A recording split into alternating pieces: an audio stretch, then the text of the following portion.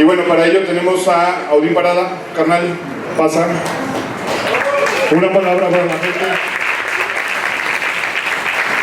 Buenas noches, gracias por venir, gracias por estar atentos a lo que se va a exponer. Siempre está muy interesante compartir información, compartir experiencias, entonces, chingón, hay que practicar. Y bueno, alguien más que viene a hablarnos de producción es Alex Orco Pérez. Bienvenido, carnal. Buenas noches, ¿cómo están? Gracias por venir. Y pues bueno, proponía yo... Hola. Sí. Proponía yo una dinámica, pero ellos, los muchachos, me proponían otra que es más bien en base a sus preguntas y creo que es interesante.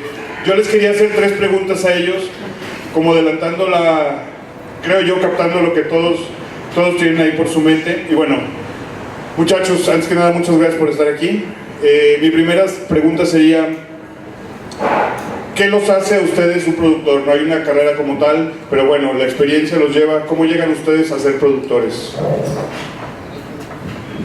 Pues yo creo que primero sería importante como hablar de qué es un productor, ¿no? Finalmente creo que siempre ha sido una posición que ha dejado dudas, que ha sido cambiante a lo largo del paso durante la industria, ¿no?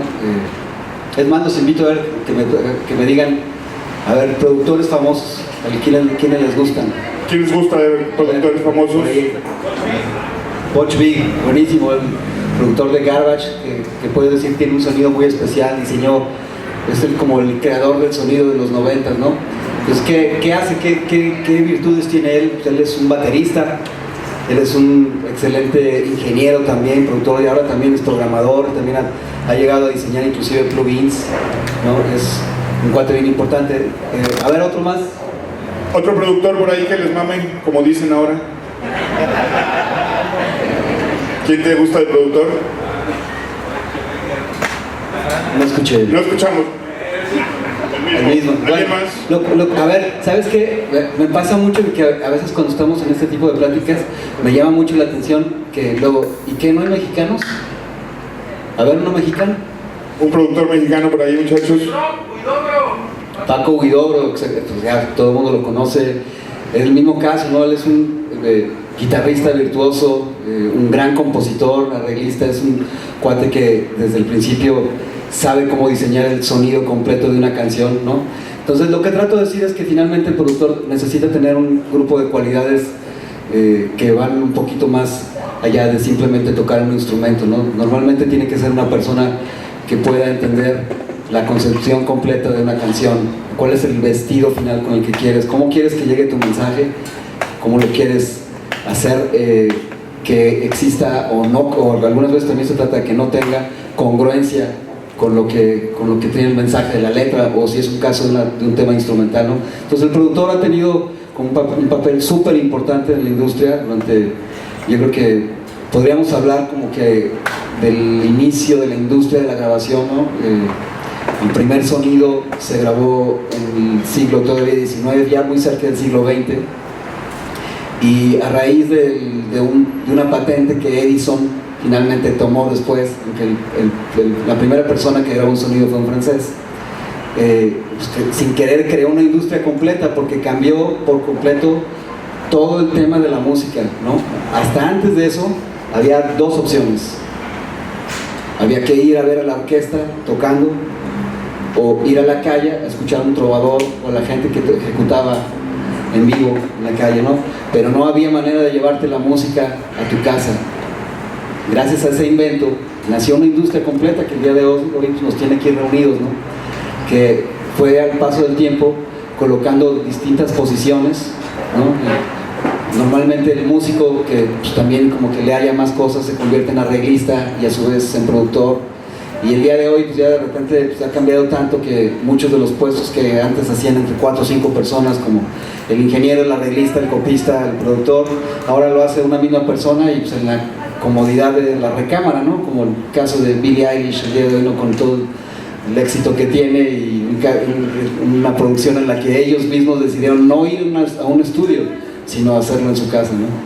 Entonces es eso, justamente el productor. A mí que me ha motivado, pues justamente que mi pasión por la música nació desde muy temprano y siempre vi que había más cosas además de mi propio instrumento. Siempre sentí como que podía contribuir a la visión completa y eso me fue poco a poco acercando a tener interés en tocar otros instrumentos y acercarme al tema de la acústica y el tema de la ingeniería de sonido, y que el día de hoy pues es otra historia, porque el concepto de DAW, o sea de Digital Audio Workstation, ha venido a ofrecer la oportunidad a prácticamente a todo el mundo de trabajar con la música, ¿no? Hasta antes de eso, pues un parteaguas, ¿no? El hecho del nacimiento de este tipo de plataformas, porque antes que eso, pues las posibilidades se reducían muchísimo. Financieramente había que preparar un montón para llegar a un estudio y conseguir una buena grabación, pero esta nueva plataforma permite que, como ha sucedido en muchas otras industrias, ¿no?, un montón de gente pueda producir en su casa, y que el día de hoy está comprobado que puede ser suficiente para conseguir éxito en esta carrera de la música, que es lo que más nos gusta, ¿no? En tu caso, Chavo, Odín. Muy similar, ¿no? A que Alex, también desde chico me gusta la música. Empecé con la guitarra, como mis papás nos daban quebrada de ensayar en casa, siempre había instrumentos ahí, ¿no? Estaba la batería, estaba el bajo, y si en la banda había tecladista, había un teclado, no iba variando el modelo. Entonces me fui investigando en todos los instrumentos para poder desarrollar canciones. A mí lo que me gusta hacer es componer música, y el conocer cómo funcionan los demás instrumentos fue algo que me funcionó mucho y me sirvió mucho para poder darle en el clavo con la idea que traía en la composición, ¿no? Saber cómo iba el ritmo de la rola que traía, porque siempre tiras unos par de acordes, ¿no? Y hay que saberlo acompañar, que el bajo no fuera siguiendo precisamente la línea. Entonces hay que conocer qué sonidos hace esa chingadera, ¿no? Igual el teclado es ver, a ver, esto me funciona para acá, esto me funciona así, esto se maneja así, entonces vas investigando, y cada vez a prueba y error, que así es casi todo, ir perfeccionando de alguna manera las canciones que estaba haciendo, ¿no? O más que perfeccionar, llegar al clavo de donde quería en ese momento, ¿no? Encontrar como el sonido, o de repente dar con un otro sonido por casualidad. Entonces vas creando un gusto por la música, por varios géneros. En mi caso me encantan muchísimos géneros, no estoy peleado con ninguno. Yo vengo del punk rock y del post-punk. Pop rock, ¿sabes? De alma rocker, pero en los 80s me llamó mucho la atención el New Wave, ¿sabes? The Cure me rayó, como muchos, de Camouflage, Dead or Alive, y como varias cosas de otro tipo de sonido. Y eso me fue llevando hacia otros lados, ¿no? Me encanta el folclore, el son está bien chingón, hay muchos géneros muy buenos. Ok, entonces entiendo que te hace un productor como el saber de instrumentos y el refinar tu buen gusto, es conocer los instrumentos, no quedarte con el tuyo, y saber de todos para tener herramientas para hacer una buena rola, ¿no? Mis siguientes preguntas son dos las que voy a hacer, ustedes piénsenle, porque los muchachos querían que básicamente les preguntaran. Si llega una señora ajena o un señor, un personaje, y te dice, oye, ¿cómo se hace una buena canción? ¿De qué depende? Wow. Es sumamente complejo. Sí, como dice bien, es muy subjetivo, porque finalmente cada persona puede tener una opinión diferente con respecto a una canción. Más bien tratar de decir si esa canción tiene posibilidades de convertirse en algo un poco más, como tener más presencia en la conciencia colectiva. Sí, tal cual. Un éxito, pues, como los que han hecho ustedes, ¿cómo llegaron a agarrar una canción de esas que hicieron y a darles ese levantador? Es que justamente creo que son muchos factores. En mi caso ha sido que creo que era la canción correcta en el momento correcto y con los intérpretes correctos. Eso creo que tiene mucho que ver. porque alude a la realidad, al momento histórico que está sucediendo en cada ciudad, para que adopten y asimilen y comparten y congenien con el criterio del autor, y en ese sentido sentirse identificados. Ok, entonces le vamos a romper el mito a los muchachos de decir, voy a hacer una canción chingona para pegar. Sí. Ok. Sí, a ver si Sí, no, hay veces que durante una producción tú tienes tus sencillos fijos que dices, ok, vamos a empezar por los sencillos y luego nos vamos con las otras partes del disco, ¿no? Los otros tracks. Y de repente hay muchos casos así que falta una canción o faltan dos canciones para completar el EP o el LP, ya sea. Y de repente esa canción que se hace al último se compone rápido, se graba rápido como de relleno para el disco, resulta ser el chingadazo, ¿no? Entonces es muy subjetivo, es muy raro eso. Yo creo que a todas las rolas que hagas, vaya a ser sencillo o no vaya a ser sencillo, deben de tener mucha alma. Si tienen alma y si tienen algo que transmita unos acordes buenos, no importa que sean muy sencillos, que sean quintas, que sea un acorde complejo, que sea, ¿sabes? Venga. No importa eso, ¿no? Creo que lo que importa es que la rola tenga alma y ya para eso estamos nosotros, ¿no? Para chambear lo que falta. Ok, después de mi pregunta tan pendeja, pues pasaré a otra un poco más interesante, ¿no? ¿En qué momento, digo, muchas de las bandas que están aquí tienen ya su experiencia, su camino recorrido, pero muchas no? Hay como este proceso de grabar demos, hay diferentes tipos de estudios. ¿En qué momento una banda debe saber cuando necesita de su trabajo, ¿no? De un productor que le ayude? Bueno, es que es también un poco complejo, porque no doy una, sí. Ya tienen sus preguntas ustedes, cabrón. Es que esto es relativo también, más bien se dan como muchos momentos de las bandas, ¿no? Desde que a veces se está desarrollando muy bien el sonido de la banda, pero lo que les hace falta son las canciones, o al revés, que tienen las canciones pero no tienen sonido todavía, y es una combinación de los factores. Entonces yo lo que trato de hacer es muchas veces es como de entrada ser un poco como un espejo, que creo que eso es como parte de la función del productor, en el sentido de que siempre tienes que tener como un pie adentro para poder convertirte en parte del equipo, vivirlo, ponerte la camiseta, entender el lenguaje, los chistes locales, ¿sí? Pero hay otra parte que tienes que mantener afuera para poder decirles con honestidad cómo se ven, cómo se están oyendo. O sea, digo, buena onda y todo, y nos estamos pasando a todo dar, pero de eso a que crea que eso va a funcionar, eso es otra cosa. Entonces, más bien trata siempre como de que ser primero un buen espejo, o sea, que digas, a ver, te lo voy a decir, no tiene sentido adularte, o sea, lo bueno ya va a ser reconocible, la gente lo va a detectar. Más bien, vamos a ver de dónde flaquea, qué creemos que nos hace falta para que el producto, porque volvemos a lo mismo, finalmente lo vas a llevar hasta un punto donde crees que tiene lo suficiente como para que se publique y que busquemos que suceda algo.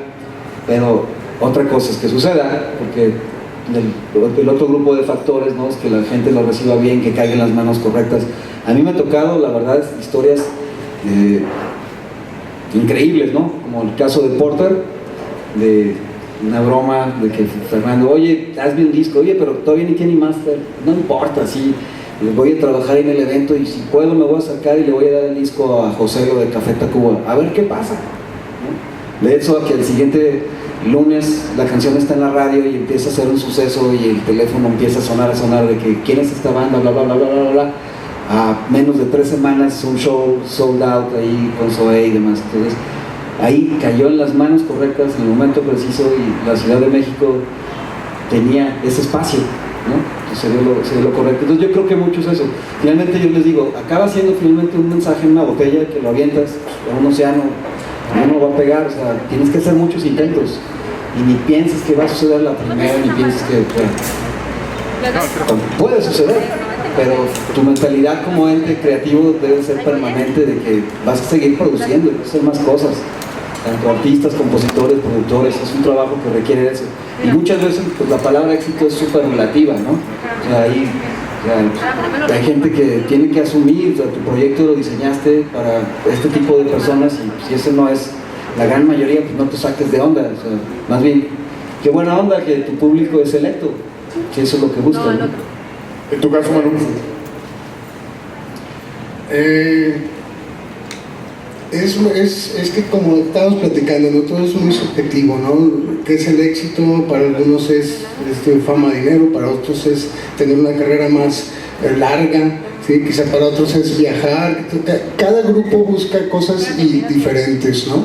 Yo creo que siempre hay que tener muy claro hacia dónde es la ruta, hacia dónde quieren ir, hacia dónde quieren llegar y cuáles son los medios y cuáles son los mercados aptos, ¿no? Para posicionar ese producto, que en la parte de la producción uno tiene que estar viendo todo eso desde previo, ¿no? Por eso es tan importante la importancia de lo que dice Alex, de tener un pie adentro, porque si no se hace trabajo en equipo con las bandas, con el artista, no pasa nada, ¿no? No va a ser un trabajo que vas a decir siempre, es que esta rola la grabé acá, pero, ¿sabes? La onda no es cubrir los peros, ¿no? O sea, siempre una grabación, una producción puede cambiar al gusto que tiene uno, ¿no? Pues va a estar cambiante, pero siempre tienes que hacer equipo, pero la parte de que debes de tener el pie afuera es muy importante, porque tienes que ser honesto con el trabajo, honesto hacia la banda. A veces podría parecer rudo, pero no es rudeza, ¿no? Es de que, oye, que la letra de la primera estrofa no funciona, ¿no? Y no es mal pedo, no estás transgrediendo el rollo, pero puede estar mejor, no puede estar más adecuado a la producción. Pasa con los coros, ¿sabes qué? A la rola le hace falta coro, hay que buscar por acá porque los acordes pueden dar más, ¿no? Entonces esa parte es muy importante, ya que uno tiene que estar como productor. Cuando ustedes produzcan, a la hora de producir, hay que estar muy pendientes de cómo es el mercado, hacia dónde lo vamos a aventar, qué medios son los que están, a dónde hay que mandar esos anzuelos que dice Alex, ¿no? Siempre con un disco, con un sencillo, perdón, yo siempre hago esta analogía. Supongamos que son como banda francotiradores, ¿no? Y les queda una bala. Influye mucho dar en el blanco, ¿no? Desde la velocidad del viento, la humedad, punto de rocío, la distancia, ¿no? Entonces, cuando estamos haciendo una rola, tenemos una bala en esa rola, ¿no? Queremos dar en el blanco. Entonces, hay que ver el panorama de afuera, hay que analizarlo bien, hay que ver hacia dónde vamos a apuntar para darle, ¿no? Si con esa bala no le das, debes de traer cargado aquí como otros cartuchos con más, ¿no? Entonces, la importancia de también estar produciendo, estar haciendo, estar en constante movimiento, ¿sí? Los impactos que tiene la banda con cada lanzamiento es lo que hace importante una carrera, ¿no? Antes, en nuestros tiempos, sacaban discos, güey. Ahora son sencillos. Se saca un sencillo, ¿por qué? Porque la atención del público no es tanta como hace 20 o 30 años, ¿no? Ahorita somos la generación swipe, ¿sabes? Va para arriba, me gustó, no me gustó, vámonos. Entonces, la chamba de la producción se vuelve aún más demandante, ¿no? Porque también nuestro trabajo es traducir y llegar hasta la última consecuencia, las creaciones de los músicos, y al mismo tiempo captar la atención del mercado, ¿no? Entonces, es de vasta importancia. Ok, una más, porque no quiero quedar como güey, y esta sí quiero ver que me la manden para que ya piensen ustedes, ¿no? ¿Todas las bandas necesitan un productor? ¿Cualquier banda necesita un productor? ¿O hay bandas que no necesitan un productor? No. ¿Claro? ¿Por qué? Es que sí, también se da el caso de bandas que el trabajo con el que yo no está muy preparado, gente que tiene mucha musicalidad y que no necesitan arreglos, ni necesitan, está tan bien hecho su trabajo que ustedes graban y está listo. Eso también sucede, la verdad. Venga. Todas las bandas pueden trabajar con un productor, ¿no? No es que la necesiten, es simplemente aventurar su trabajo a un punto de vista en el cual quizá no imaginaron entre 3 o 4 personas que integran la banda, ¿no? O siempre un oído externo es de mucha ayuda, es necesario en muchos casos, en muchos aspectos, ¿no? Porque mediante eso logramos objetividad en el producto, ¿no? Entonces sí, es preparar un tiro, preparar el impacto que va a tener. Venga, pues ahora sí, muchachos, ¿quieren hacer preguntas? Javier.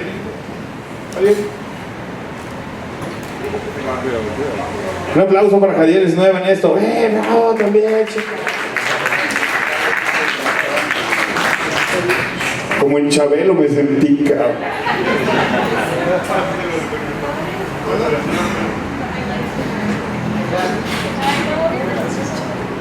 Buenas noches. Ahorita estaban comentando que no es necesario tener un productor, pero sí es necesario tener una retroalimentación.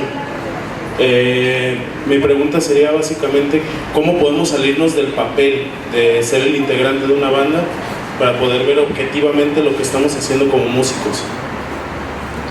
No puede ser tú, tiene que ser alguien más, porque emocionalmente estás demasiado ligado al proyecto, ya es demasiado tarde. Esa es la idea del productor. Tiene que ser alguien que pueda otra vez tener la primera impresión, y eso es muy complicado. Parte de la técnica que utilizo es el abandono. De repente produces algo, sientes que ya tiene más o menos forma, que ya dice algo, abandónalo, dale unos días, y después probablemente no igual que otra persona, pero más cercano a lo que puede ser una primera impresión, y eso va a ser mucho más de más ayuda. A la hora de mezclar también es importantísimo, después de hacer tracking de un disco o un EP, guardarlo un poquito, llevar la mezcla a un punto y guardarlo otro poquito, ¿no? Después fresco, eres más acertado. Tan complejo como cuando tú escuchas tu voz por primera vez grabada, que dices, ese no soy yo, ¿no? Qué feo se oye. Uno está acostumbrado a escuchar su voz con la resonancia interna, con la suma de un montón de cuerpo. Uno escucha a sí mismo más chido de lo que en realidad suena, ¿no? Es igual, también, o sea, imprimiste muchas cosas que tú crees que tienen razón y que después de un rato tú mismo te das cuenta. ¿Por qué? Porque, ¿sabes qué? Que muchas veces, sin querer, se involucra el esfuerzo. ¿Qué quiero decir con esto? Que hoy hice 2 acordes, 3 acordes y un ritmito, suenan más o menos bien. Yo ya sé que me falta un grupo para terminarlo, ¿sí? Y el tercer día no salen bien las cosas y lo que pusiste te gusta más o menos. Y luego llegas otro día y tampoco salió. Y luego llegas otro día y te salió, ya está el que buscabas, ahora sí suena. Ok, pero para ti ya suena. Y mucho tiene que ver el hecho de que traigas la carga de que llevas un esfuerzo acumulado, entonces estás buscando de manera emocional una solución, no a la canción, sino a tu problema. Entonces eso puede afectar. Por eso se vuelve valiosa la participación de un productor.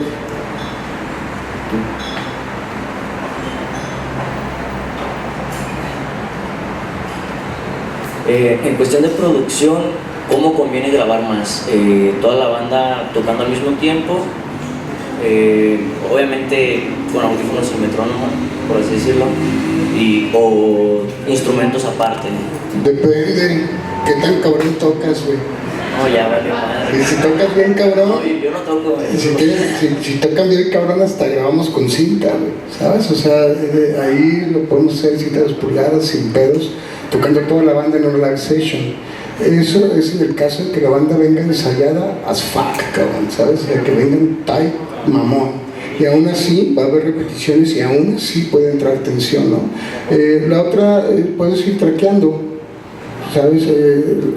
Es lo mágico de las herramientas, ¿no? Que nos da la modernidad, que puedes cuantizar una batería, puedes cuadrar un bajo, ahí, puedes hacer muchas cosas, ¿no? Hay muchas herramientas, hay muchos elementos para ayudarnos a lograr un sonido objetivo, un sonido deseado, ¿sabes? Y eso sí, lo importante está en las fuentes, ¿sí? De esa onda de lo arreglamos en la mezcla, lo arreglamos en... Nunca me hagan eso, güey, ¿sabes? O sea, no. La onda tiene que estar en la fuente, ¿sí? Tus fuentes tienen que estar bien cuidadas, tu captura tiene que estar bien hecha para facilitar la mezcla, ¿no? Tratar de lograr el sonido de fuente. Lo que tú traes en las manos es lo que vamos a escuchar al final, ¿no? Sin meter tanta postproducción, ¿no? Entonces, creo que depende de la banda, es la manera en la que se va a trabajar, ¿sí? Y cada historia es diferente, entonces es muy amplio.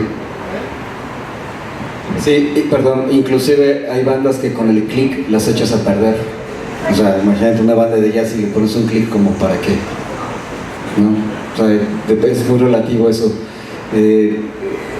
Las ventajas de grabar juntos es sumas a la expresión, hay más comunicación, probablemente haya más coincidencia, más empatía emocional, dinámica, y con el click pues inevitablemente el cerebro está pensando en otra cosa. Además, por ejemplo, a mí, yo he tocado mucho tiempo con click y yo ya sé que cuando estás tocando si lo oyes es porque vas mal, cuando vas bien es porque estás pegando exactamente la batería, tu golpe alcanza a opacar al click porque lo diste exactamente en el mismo lugar, ¿no? Y sin embargo muchas veces no es lo que se necesita.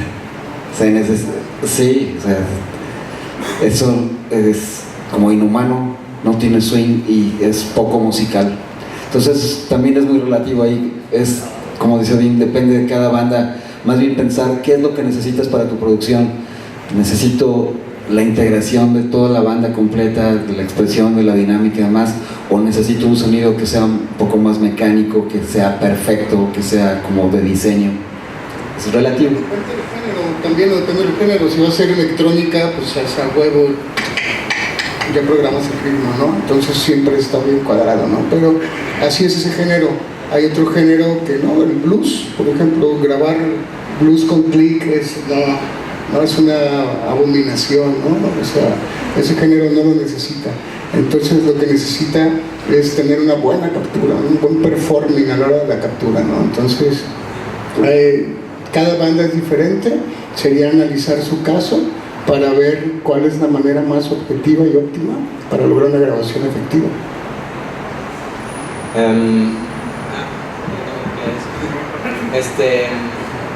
¿Qué programas de edición de audio nos recomiendan? Bueno, quisiera saber cuáles usan ustedes y por qué. Yo uso Pro Tools, Ableton y Reaper de repente, pero la mayor parte del trabajo lo hago en Pro Tools y Ableton. ¿Por qué? Creo que el caso Pro Tools es una herramienta que está diseñada como para el ingeniero. Tiene muchas herramientas de edición, cosas muy particulares como el caso de los playlists y la manera en la que agrupa los canales hace que el trabajo sea muy rápido. Y la otra opción es Ableton, que es una concepción distinta en el que está diseñado más para los músicos, en donde hay otra manera de conectar las cosas y tiene otras posibilidades. Simplemente el hecho de colocar escenas como para que te vayas armando rápido es muy veloz para los músicos. Entonces se podría decir que no es una ley, pero arrancar en Ableton es buenísimo y en algún momento llevarlo a Pro Tools puede ser prudente. Y a ver, ¿Yodin? Yo uso Pro Tools, me gusta mucho Pro Tools para editar, es buenísimo, es muy exacto, es de fácil manejo. Y me gusta mucho producir con Logic. Logic es un DAW bastante creativo, ¿sabes? El workflow es muy vasto, ¿sabes? Ya que a medida de que funcione tu computadora, la memoria que tenga, el disco duro que tengas, ¿no? Si es estado sólido mejor, puedes trabajar más rápido, ¿no? Entonces en ese caso me gusta mucho Logic.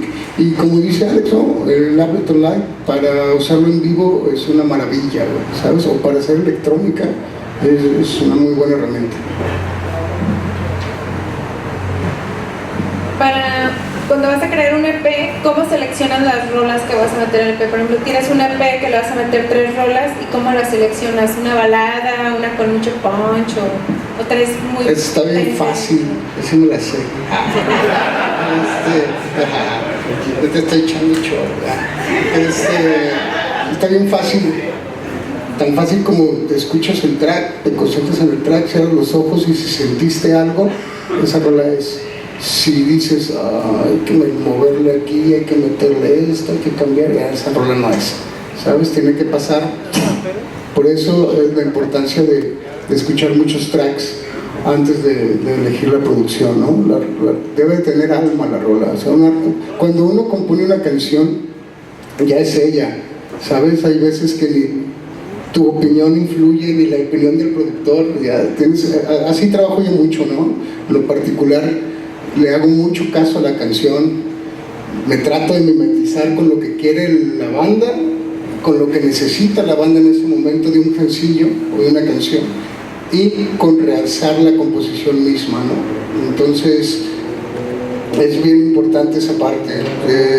La música es así, cualquier género es así, cualquiera.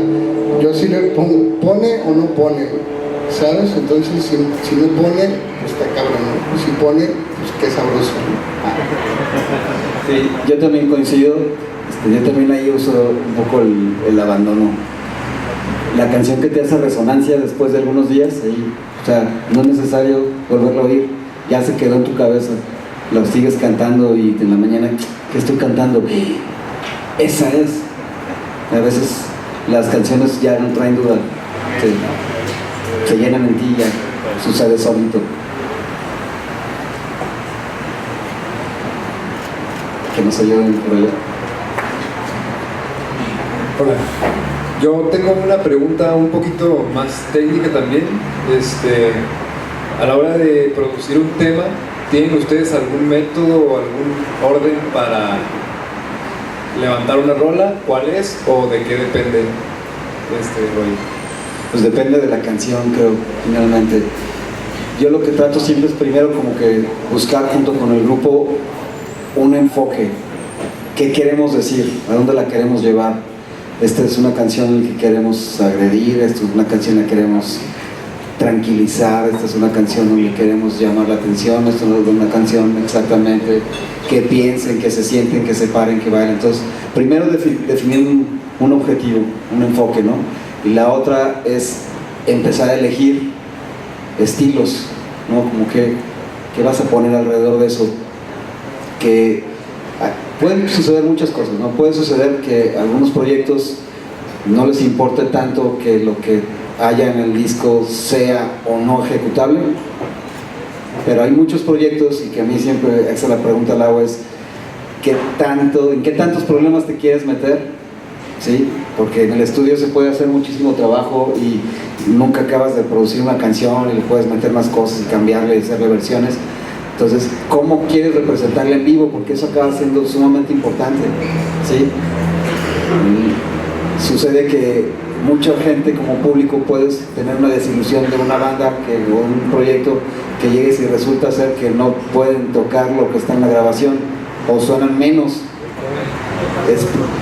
Sí, esperas que llegues y por el contrario lo sobrepasen, que me sorprendan, valió la pena mi dinero, ¿no? Entonces, en ese sentido también creo que es bien importante que como productor veas junto con el artista cómo lo vamos a hacer, si tu proyecto sí lo vas a poder representar bien, a gusto, cómodo, en vivo, ¿no? Que exista congruencia y además después de que terminemos ya arranca el trabajo para ti, para que lo desarrolles para en vivo. Pero sí creo que debe tener esa secuencia y no al revés. Te puedes meter en demasiados aprietos en producir algo que luego después el mismo artista no sepa cómo representarlo y puede ir a defraudar, y eso puede ser más dañino que inclusive no sacar nada, ¿no? En esa parte completamente de acuerdo, y hay otra parte también de eso. Al final de cuentas es tu canción, ¿no? La hiciste, se parió de un punto, ya sea en el piano, la guitarra, en el ukelele, no sé. Entonces siempre tienes tu creación, tienes tu interpretación en vivo, ¿no? O sea, no importa que si la rola está muy sobreproducida, al final de cuentas la capacidad de uno como músico también es de que si hay esto en la mesa y hay que tocar la rola, pues la tocas, ¿no? Entonces es tu rola, no hay pedo, y es más chingón. A mí me gusta más la versión en vivo y la versión estudio, ¿no? Y me interesa más ir a ver a la banda para ver qué chingados van a hacer de esa rola que está súper producida, y hay veces que son 3 músicos en escena y la tocan más cabrón que toda la producción, ¿no? Con otro sabor, con otro momento, ¿no? Entonces, al final de cuentas es su canción y ustedes son los que deciden finalmente cómo se va a ejecutar. Y siempre es bien importante aprovechar toda la miel que te da el estudio, cabrón. ¿Sabes? ¿Cómo se escucharía mi canción con una cuarteto de cuerdas? Pues dale, güey, no hay pedo. En vivo, ¿cómo lo voy a tocar? Le voy a subir más al distor en la lira, cabrón. ¿Sabes? Palo, cabrón. Así la voy a tocar. Y no necesito las cuerdas. Entonces, creo que es lo chingón del en vivo y del estudio. Es la dualidad que podemos disfrutar, que no tiene que estar peleada una con la otra, ¿no? Hola, por acá. Acá mero, adelante, aquí, abajo, enfrente, acá, ahora sí. Miren, yo tengo prácticamente 3 preguntas en uno, porque aquí están como en las matutinas, está difícil que nos toque preguntar. Primero es, si ustedes tuvieran su proyecto como banda, llevaran 3 años componiendo y no tuvieran nada grabado más que algún demito con el celular o alguna captura directa de la consola, y tuvieran 15,000 varos, los usarían para producir una de sus rolas, la favorita que la tienen identificada, o grabarían sus 12 rolas en demitos de a 1,000 varos en un estudio que iba empezando y iba capturando. Esa es la primera. La segunda es... bueno, claro. Se me va la onda, güey. Conste. Mucho para mí. El disco duro está muy cortito. Ahí te va. La primera, no te tardes 3 años, güey. No te cuelgues. Es un chingo, güey. Si tienes una rola que te gusta, ¿sabes?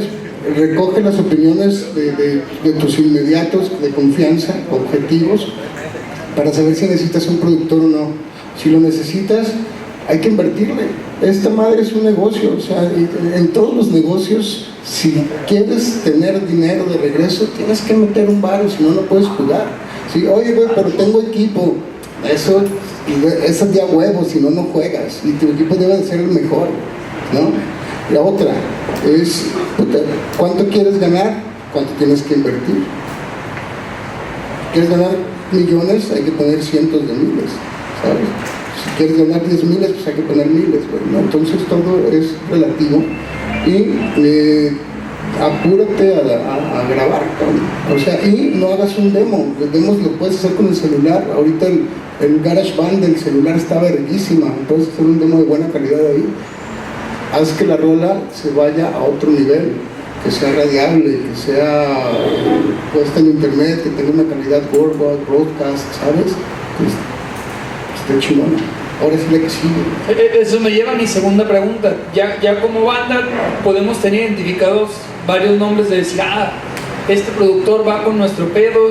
Por ejemplo, nosotros consideramos, o al menos yo particularmente, que necesitamos un productor, porque me decían, ¿tú sabes ecualizar? Y la respuesta que di, y fue justo ayer, yo les dije, pues yo sé que no suene ni tan agudo, ni tan grave, ni tan medio, pero eso no es saber ecualizar. O sea, yo sé panearte todo al centro y pues que sonemos, pero eso no es saber hacer una correcta acomodo de lo que necesitamos proyectar. Mi segunda pregunta es, si ya tengo identificado un productor, ¿cómo le llego para que me tome en serio?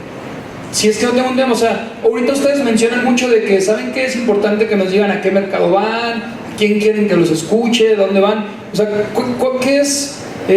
Si yo quisiera que ustedes fueran mis productores, ¿cuál sería el cliente ideal, por así decirlo? Decir, mira, si esta banda me llega con una canción en esta calidad, con papeles escritos de sus rolas, con un objetivo claro en este punto, o sea, ¿cuáles serían los tips para que no nos rechace un productor que no sea billetazos? Porque evidentemente si llegamos con billetes, pues aunque les hablemos poco, probablemente van a decir, bueno, ahí nos adaptamos. Que sea algo más algo más profesional, vamos, no solo por el dinero, es a lo que me quiero referir.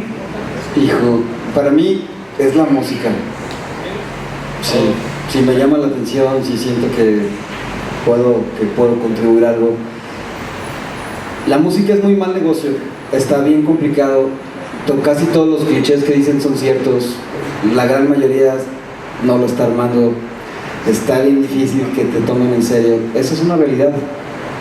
Entonces, yo creo que hay que entender cuál es el objetivo y asumir la posición que vas a hacer con pretender dedicarte a este negocio. Entonces, creo que vale mucho más la pena concentrarlo y hacerlo de uno, juégatelas, porque pasarte la mano en este negocio sí sería lo peor. Creo que conozco mucha gente que está pasándola, diciendo que se dedica a la música, y si no tiene diversión, creo que no vale la pena. ¿Alguien más? A ver, allá hay varias personas para ir también a la región. ¿Qué tal? Buenas noches. Mi pregunta más que nada es, un músico tiene siempre su proceso creativo. ¿Cuál sería el proceso creativo de un productor? De que, por ejemplo, a veces le cambian un acorde nomás a cierta sección, o cómo saben de que aquí este instrumento o esta voz se puede panear o meterle un efecto. ¿Cuál sería el proceso creativo como tal de un productor?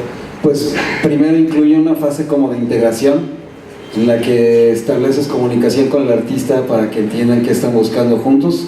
El artista toma la posición en la que tiene que ceder, aceptar, y digo, si ya vas a trabajar con alguien es porque tienes el interés de escuchar lo que te van a decir, si no, no cobra sentido. Y el productor tiene que buscar eso que decía del pie afuera, quedarte el pie de afuera, a ver, ok, utiliza tus recursos para tratar de ver si eso sí consigue impactar como quieres que el artista lo está buscando, ¿no? Entonces, esa es como una primera fase, ¿sí? La siguiente fase ya es en conjunto y tiene que ser una integración completa del equipo creativo, en la que estás haciendo ping pong de ideas, lluvia de ideas, una que vas tú, voy yo, a ver, esto funciona, no me gusta, ok, la dejamos un rato, volvemos, a ver, cántamela sin que le ponga play de nuevo, ese tipo de cosas. Y bueno, pues ahí ya llevarla hasta un punto donde ambos coincidan en que está lista, ¿no? Que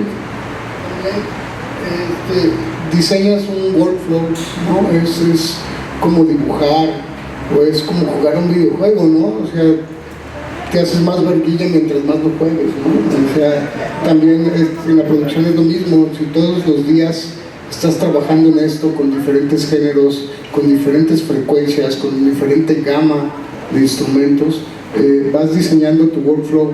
Y lo que dice Alex, ¿no? Es necesario hacer una dinámica de integración, ¿no? Siempre una chela funciona, ¿no? O sea, antes de tocar, cotorrear, juntarte en la preproducción, antes de la preproducción, janguear en el estudio, estar escuchando música. ¿Qué estás escuchando ahorita? Eso lo veo mucho. A ver, ¿qué traías en tu teléfono? ¿Qué traías en tu dispositivo? A ver, quiero escuchar las últimas 5 rolas, y a ver tú, ¿qué les mama, güey? ¿Qué está chido? Ajá, y luego yo les muestro, mira, a mí en ese pedo me gusta ¿sabes? Entonces vas como estableciendo qué sí y qué no.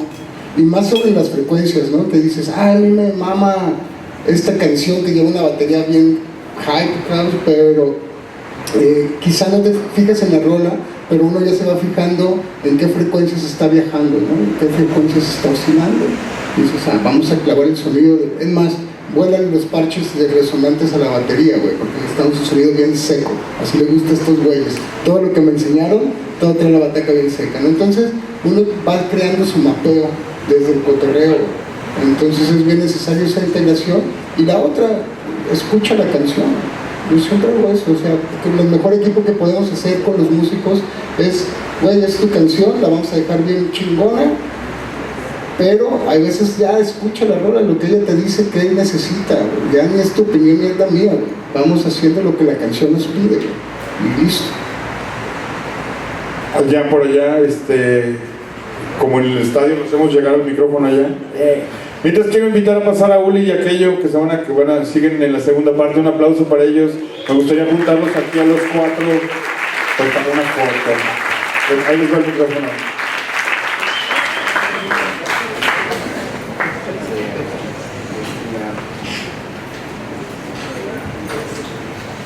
Hola, buenas noches. Yo tengo una pregunta que creo que a todos nos va a beneficiar. ¿Cuál es el approach o el acercamiento que debemos de tener con un productor? O sea, llegamos con todas nuestras canciones y es lo que tenemos, escúchalo y dime cuál es lo bueno, o escúchame en vivo, o de plano llegar con el disco y este es el disco que tengo y dime qué hay que cambiarle.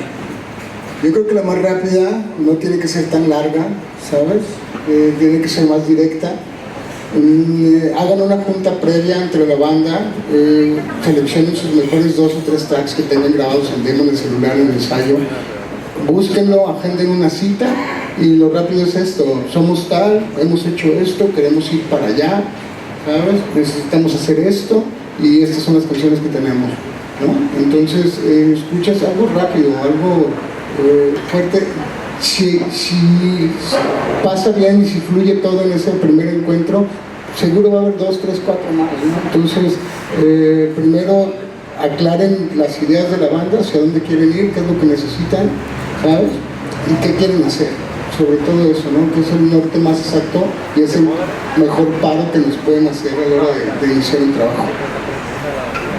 Sí, totalmente de acuerdo. Y sumaría, es que es más bien todos los que dijiste, todos funcionan. O sea, muchas veces me ha pasado que vi a la banda en vivo y dije, wow, yo quiero trabajar con ellos, me encantó lo que estoy viendo. O a veces también de que llegó ahí al estudio y no sabes ni quién es y le pones play, pues a ver, háblales de regreso porque está bien bueno, ¿no? Y así, o sea, creo que hay todas las condiciones. Más bien eso es, pues aviéntate, pídele a todos. A mí, por ejemplo, en el 92, no quise hacer la cuenta, pero tengo una historia bien padre porque un día así como le ha pasado a muchas bandas, nos juntamos y el esquema fue: tírale alto, ¿a dónde? A donde tú quieras. Entonces la idea fue escribir en un papelito 3 nombres, el que quieras, el de los Beatles si quieres, George Martin, por ahí, ¿sí? Y en la suma de lo que todos pongamos, pues vamos a ponernos el objetivo y en la parte del mundo donde esté lo vamos a encontrar y va a escuchar nuestra música. No sabemos cómo y lo vamos a hacer. Y ese fue el objetivo de la banda, ¿sí? Entonces dentro de esos nombres estaba Richard Blair, que sentíamos mucha atracción por el tema de que había trabajado con Peter Gabriel y que por un lado habíamos visto que tenía como onda con lo latino, porque ya había trabajado con Totó y la Momposina en Colombia. Entonces fue como que ese, y tal cual, o sea, a ver, búscale. En una era que no había internet, donde era mucho más complicado, y la historia fue la FIL de Guadalajara de ese año. El invitado era Colombia y venía Totó y la Momposina dentro del elenco. Alguien ahí debería tener el teléfono de Richard Blair en Bogotá. Entonces fue una pista, vamos y hay que hacer lo que tengamos que hacer por conseguirlo. Para no hacerte el cuento largo, ¿sí? Un año después estábamos en Inglaterra haciendo el primer disco en el estudio de Peter Gabriel. O sea, lo único que trato de decir es que sí crean en los sueños y pónganse objetivos grandes, altos, porque algo bueno va a suceder de concentrar la energía de todo el proyecto a ese lugar. Eso que dice Alex es bien importante. Si no se ponen objetivos altos, nunca se van a exigir, ¿sabes? Debes de tirarle cabrón para allá. Pero ¿cómo lo voy a hacer, güey? No sé, pero tu trabajo y la pasión que le metas el pedo y la entrega que le des a eso te va a llevar a ese punto a huevo en algún momento, y si no es ese va a ser otro mejor que no esperabas, ¿no? Entonces siempre hay que exigirse, ¿sí? Las zonas de confort te aguanten 2, 3 años, pero entonces valen madre, ¿no? Siempre tienes que estar chingándole, güey, no hay otra. Para nosotros, en el punto de vista como banda, ahorita ya nos dicen cómo podemos llegar nosotros con ustedes como productores, pero nosotros cómo seleccionamos a un productor acorde a nuestra banda. O sea, ya puede ser, nos iríamos por alguien muy del estilo del género que tocamos, o nos vamos con alguien que no esté en el género para que nos dé otro tipo de ideas frescas, o cómo podríamos seleccionar ahí un muy buen productor para nuestro proyecto. Pues es que probablemente vaya a ser mucho más fácil con alguien que entienda tu lenguaje rápido. O sea, hay esa empatía por el concepto, rápidamente te vas a dar cuenta. A mí sí me ha pasado el hecho de que después de trabajar un ratito me di cuenta que yo no era la persona adecuada para ese proyecto, y con toda la pena pues dices, prefiero mejor ahorita salirme buena onda y todo, y digamos sí, pero no soy la persona correcta. Creo que es bien importante tener una muy buena relación con el productor, porque La idea es que lo estás contratando para que en cierto momento te diga cosas que no te van a gustar. Entonces es básico. Sí conozco, creo que aquí todos, muchas historias de que un montón de trabajo para llegar a ese productor, logran trabajar con él y el día que terminan lo único que quieren es no volver a verlo. Sí suele suceder porque se intimida mucho.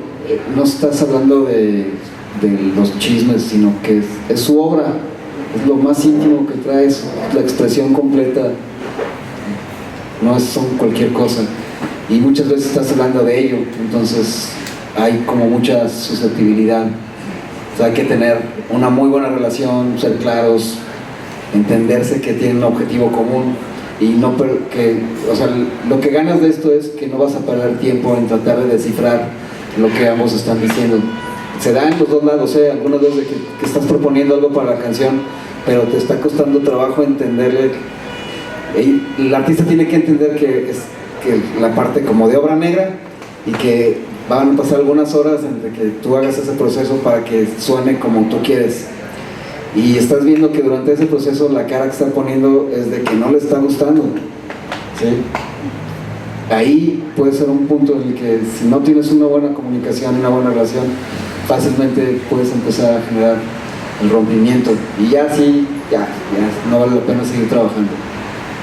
Venga, pues quería contar a los cuatro porque desde el workshop pasado son gentes pues reales, ¿no? Suena muy bonito la metáfora esta de échele todo con el alma, pero creo que va más allá, ¿no? Y bueno, creo que los cuatro son personas que han puesto su sueño en la música y pues véanlos aquí, ¿no? Un aplauso para los cuatro, por favor.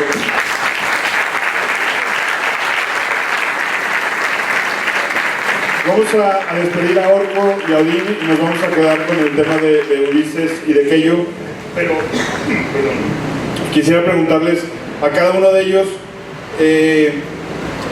en una manera corta, directa, ¿cómo se superan los obstáculos cuando hay en la música, ¿no? ¿Qué es lo que tu empeño que pones, tu devoción, como dices, cómo lo enfocas?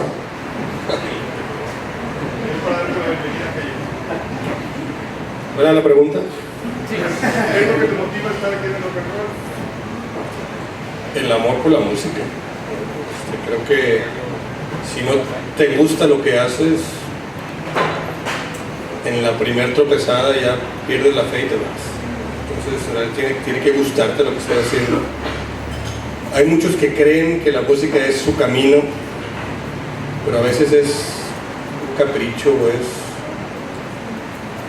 en realidad tiene que estar en tu sangre, tiene que estar muy, muy metido en ti el estar en la música, porque la música es un maratón, no son 100 metros. Entonces va a haber más tropezones que en realidad cosas positivas, ¿no? Decían aquí los objetivos, en realidad está bien tener objetivos altos, empieza con tener objetivos, porque mucha gente ni siquiera tiene eso. Los tropezones ahí van a estar, entonces si no en realidad no estás ahí de corazón, a la primera que te pase algo, vas para afuera. Totalmente de acuerdo, sí, como decía hace rato, es muy complejo. Realmente es maravilloso. Justamente con una pregunta como ese tipo, que una vez una persona se me acercó y me dijo, ¿por qué decidí ser músico? ¿Qué te hace sentir tanto con los sonidos? Porque a mí sí me pasa de repente en el carro y una canción que me llama demasiado la atención, me obliga a orillarme a escucharla completa y a quién fue, o sea, qué onda, ¿no? ¿Qué tienen de especial los músicos y qué tiene de especial la música, ¿no? Entonces, basado como en esa pregunta, arranqué un proyecto justamente en el que pues, lo primero que me vino a la cabeza fue, a ver, pues hay que preguntarle a alguien que sepa de esto, ¿no? Pues alguien que estudie desde el punto de vista biológico qué le sucede al cerebro cuando escucha la música, por qué lo disfruta, ¿no? Entonces, de entrada me topé con un curso que me pareció maravilloso, que encontré en internet, que se llama La música como biología, de la Duke University. en el que un neurobiólogo habla sobre ese tema, por qué nos gusta la música, qué le pasa, ¿no? Entonces, de entrada, encontré información muy valiosa, como el caso de que a lo largo de la civilización, desde el nacimiento de la música, ha habido culturas que han tenido coincidencia geográfica y algunas otras coincidencia cronológica. ¿Sí? Algunos sí se comunicaron, algunos otros no. Surgió la música, se fue desarrollando y después de algunos milenios es muy interesante darse cuenta que el número de escalas que existe a nivel del mundo es muy pequeño, demasiado pequeño. O sea, si pones los acordes, la escala mayor y la escala menor y los modos y demás, te das cuenta que son muy pocos, ¿no? ¿Por qué hay tanta coincidencia en todas las músicas? ¿Por qué la misma subdivisión para todo el mundo de 12 semitonos? Yo me vino una pregunta rápida a la cabeza. A ver, para el resto de las cosas mesurables se usa mucho la base 10. ¿Por qué nunca se hizo una escala que fuera de 10 semitonos? Nadie nunca la ha hecho, nadie la ha usado. Sí existe, que es un orgullo, ¿no?, que un mexicano fue de los precursores en la búsqueda de sonidos alternativos a los 12 semitonos, como el caso de Julián Carrillo con sonido 13 y el caso de la microtonalidad, y que sí ha habido música con microtonalidad. Sin embargo, el caso de los 12 semitonos es consistente y permanente y prácticamente se encarga de construir la música durante toda la historia y alrededor de todo el mundo. Es muy llamativo, ¿no? Entonces, a mí me ha llevado a hacerme preguntas como de ese tipo, ¿no? ¿Qué es lo que tiene de mágico? Entonces, justamente estamos trabajando en un proyecto de ese tipo donde pretendemos, ahorita ya se sumó Magoo, muy conocido experto en el área de la acústica, director de seminarios para Meyer, una de las empresas más importantes de audio a nivel mundial, orgullosamente tapatío, que le encantó ese proyecto y pretendemos hacer algo así donde me encantaría que después platicáramos y que justamente intenta responder esta pregunta que me haces, ¿no? Es como tratar de sumar más información y encontrar un ligue donde se pueda sumar la ciencia y el arte, ¿no? Y que de esa manera estas preguntas existenciales que nos hacemos muchas veces nosotros los músicos puedan estar un poquito más esclarecidas. Muchas gracias a todos. Gracias por venir.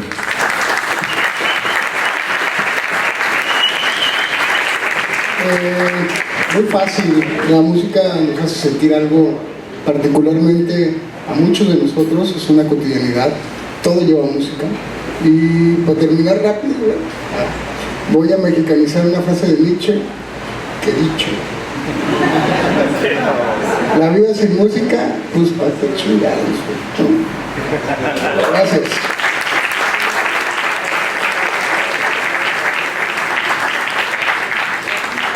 Bueno, en lo personal tiene mucho que ver con lo que han dicho todos, pero sí creo que un músico nace y no se hace. O sea, es algo que siempre he creído, porque literal el camino de la música está lleno de muchísimos golpes, hay que ser muy tercos, de repente tienes todo en contra y hay momentos en los que deseas claudicar y decir a la chingada, mejor voy a ser abogado o alguna mierda de esas, ¿no? Y respetable quien se dedique a esas cosas. Pero creo que, como Alex lo dijo, llega un punto en donde no solo te enfocas a la música. En mi caso me ha gustado más también llevar investigaciones más allá sobre los impactos socioeconómicos de la música, el cómo la música ha sido capaz de desarrollar y de lograr cambios tan potentes como en Colombia, como en Chile, como Puerto Rico. Digo que ahora el reggaetón allá es el nuevo punk. O sea, el reggaetón hizo lo que el punk no ha hecho aquí en muchos años. Pero siento que estamos en la música porque nos mueve, y es válido también si en algún momento de tu vida dices, pues bueno, yo nada más quería hacer música para ser famoso, y la neta te das cuenta de que no vas a ser famoso, y menos ahorita con tanta diseminación del público. Hay pequeñas pruebas que la misma música te va poniendo para saber si realmente deseas hacer música o llevar una vida con la música, ¿no? Hay que hacerle caso a qué nos dice ese sexto sentido. Venga, pues ahora sí un aplauso para despedir a estos dos muchachos. Nos quedamos con los otros dos. Y bueno, con ellos dos, Ulises es manager desde hace muchos años, está como nos platica inmiscuido en más rollos de la música, que ahorita nos va a platicar de qué. Y bueno, que yo lo invité porque me cae a toda madre, no es cierto. Que yo también es una banda, está en una banda que está como de un tiempo para acá trabajando constante, ya inmiscuidos en lo que son giras, inmiscuidos en lo que son procesos de discos, como en el proceso que dicen consolidar una banda, ¿cierto que yo? Pues ahí le hacemos al loco, ¿no? ¿Cómo inició tu carrera? Digo, tienes otras bandas antes, pero platícanos un poco de dónde viene aquello en la música. Mi carrera.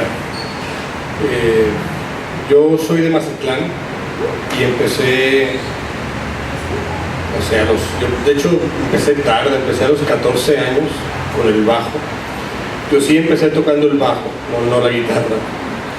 Y al primer año tuve mi primer grupo, ¿no? Y rápidamente me despegué, digo, no tengo nada en contra de eso, pero rápidamente me despegué de todo lo que es el circuito de covers. Porque yo sí tenía muy claro que yo quería, tenía mucha música en mi cabeza y quería asegurarme de que eso fuera mi foco principal, ¿no?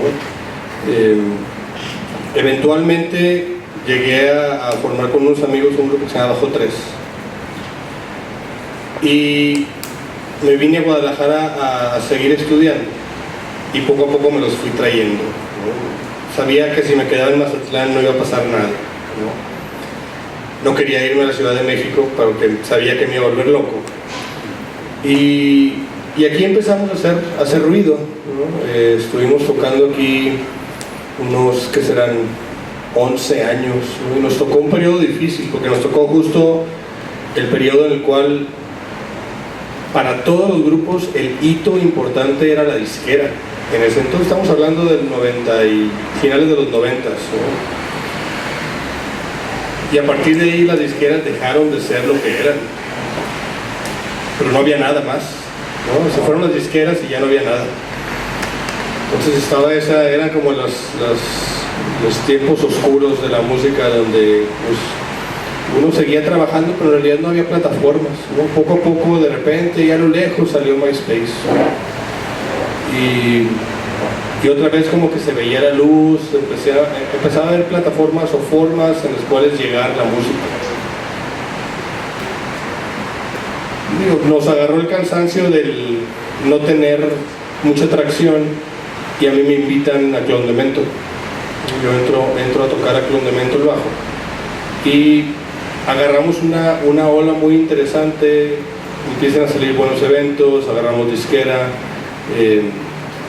sale el primer Vive Latino, le abrimos a Fade No More, o sea, empiezan a salir cosas muy interesantes, pero dentro de la banda había unas tensiones en las cuales también hace ratito hablaban y hay que tomar decisiones difíciles, y en ese momento la decisión que tomamos fue pues, detener a la banda, porque el golpe iba a ser más duro si seguía la cadencia que llevaba. Entonces tomamos la decisión de empezar desde cero, una decisión muy difícil, y ese empezar desde cero fue crear Parasite.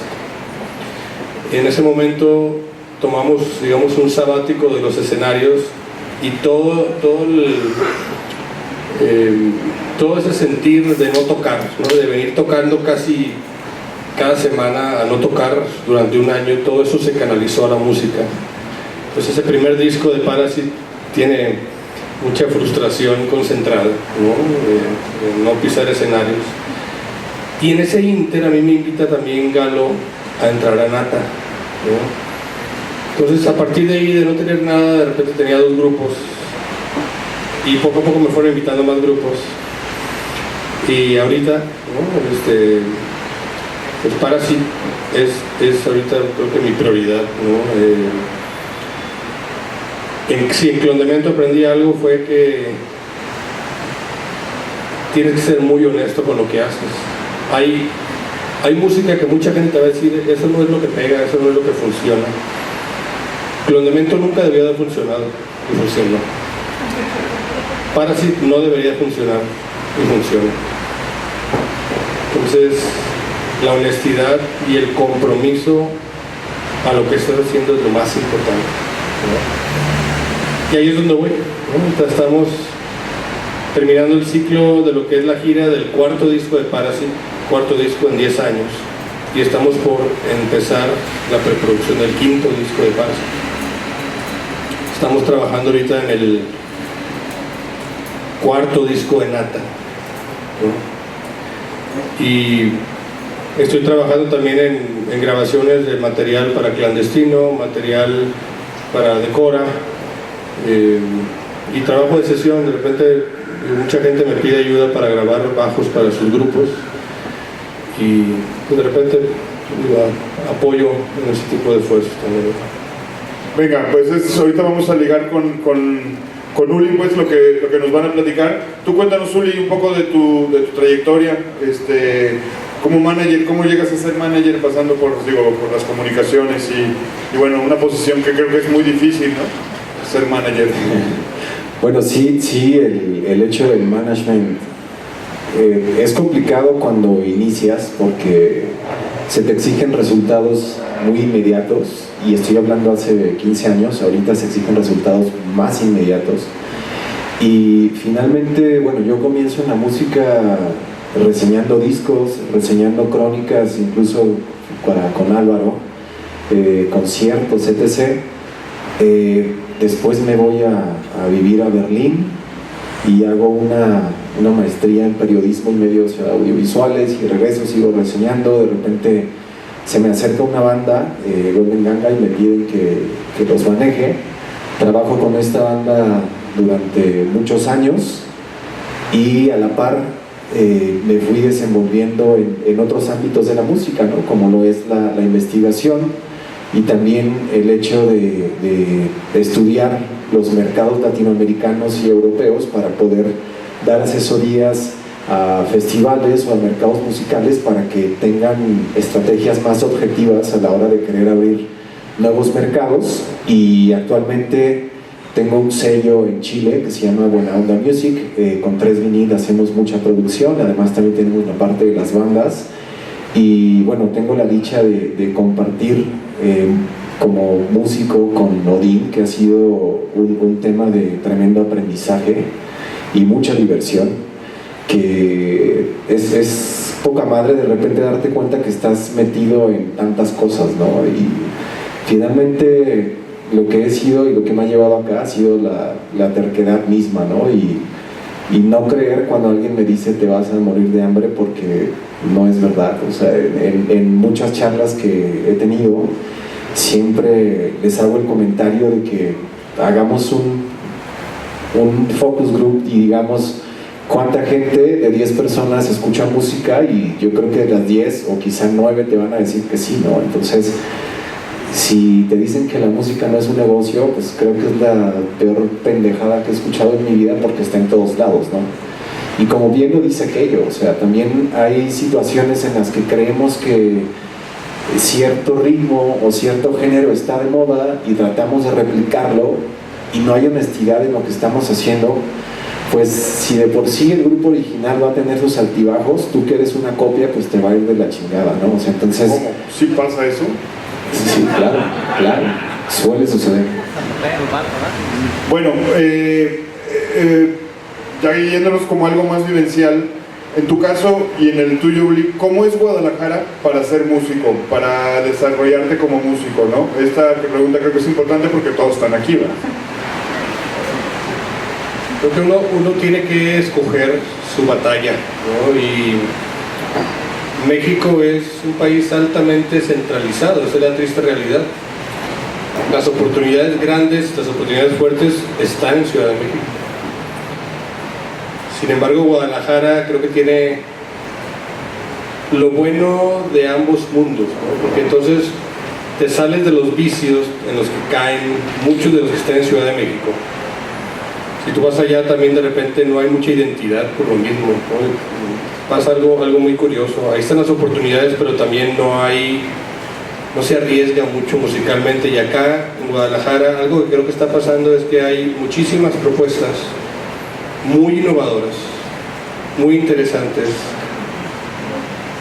que le están echando muchas ganas, ¿no? Y el reto ¿no? A los que estamos en Guadalajara, todos los que estamos en Guadalajara, no quedarnos aquí, ¿no? Porque ese es el problema, que luego se quedan aquí y no salen y se pierden la oportunidad de aprender, ¿no? El estar de gira en realidad es uno tiene que estar de gira, tiene que estar frente al público, tiene que ver qué está pasando fuera y tiene que llevar tu propuesta afuera. Ciudad de México tiene 100,000 oportunidades, o millones de oportunidades más bien, ¿no? Pero es un agujero negro, ¿no? Entonces es muy fácil que te pierdas ahí. Sin embargo, hay historias de éxito, ¿no? Están los Descartes acá, ¿no? Se fueron a México y pudieron potencializar esas oportunidades. De eso se trata, ¿no? ¿Cuál es tu batalla? ¿Quieres ir allá y pelear directamente del tú a tú con otras grandes bandas por esas oportunidades que están allá? ¿O creas tus oportunidades desde acá? Bueno, en el caso de Guadalajara creo que es algo muy particular.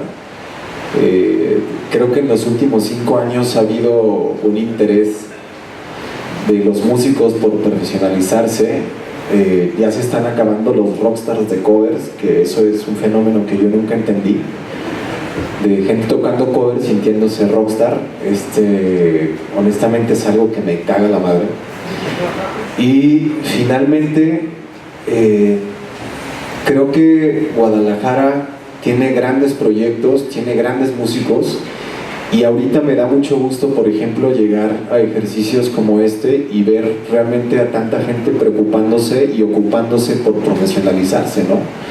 Y sin sonar a plática de motivación personal, sí les digo que neta, todo esto tiene un resultado, ¿no? O sea, pero también tengan en mente de que no va a pasar en 1 año, ni en 2, ni en 3, porque esas épocas ya no existen, se acabaron hace mucho tiempo. El tema de los major labels llegando a firmar bandas ya no existe, el tema de managers descubriendo bandas, imprimiéndoles $50,000 no existe. Y bueno, una cosa, tampoco va a pasar nomás con inscribirse, ¿eh? O sea, tienen que... No, la constancia. De hecho, ahorita en una entrevista decía que es más fácil que una banda sin mucho talento, pero que es constante y disciplinada, llegue a tener éxito, que una banda que es muy buena, pero son unos huevones.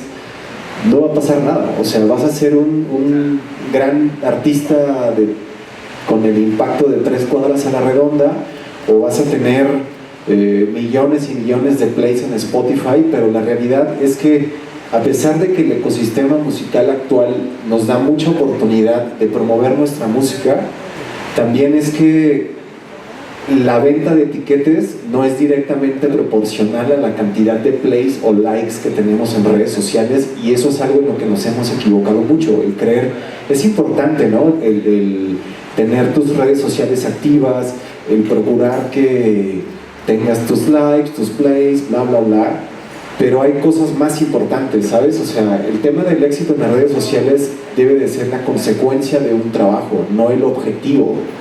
Entonces, créanmelo, hay muchas ocasiones en donde vemos a bandas con miles de seguidores y hacen un concierto y van 2 personas, ¿no? Entonces dices, puta güey, pues qué buen boost pagaste, ¿no?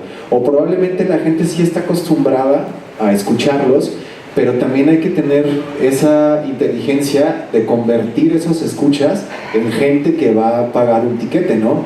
Creo que incluso ahora el tema de decirle a la gente que nos escucha fans me parece una pendejada, porque finalmente son socios de tu música. Esa es la gente que te va a ayudar a que tú sigas haciendo música, haciendo giras.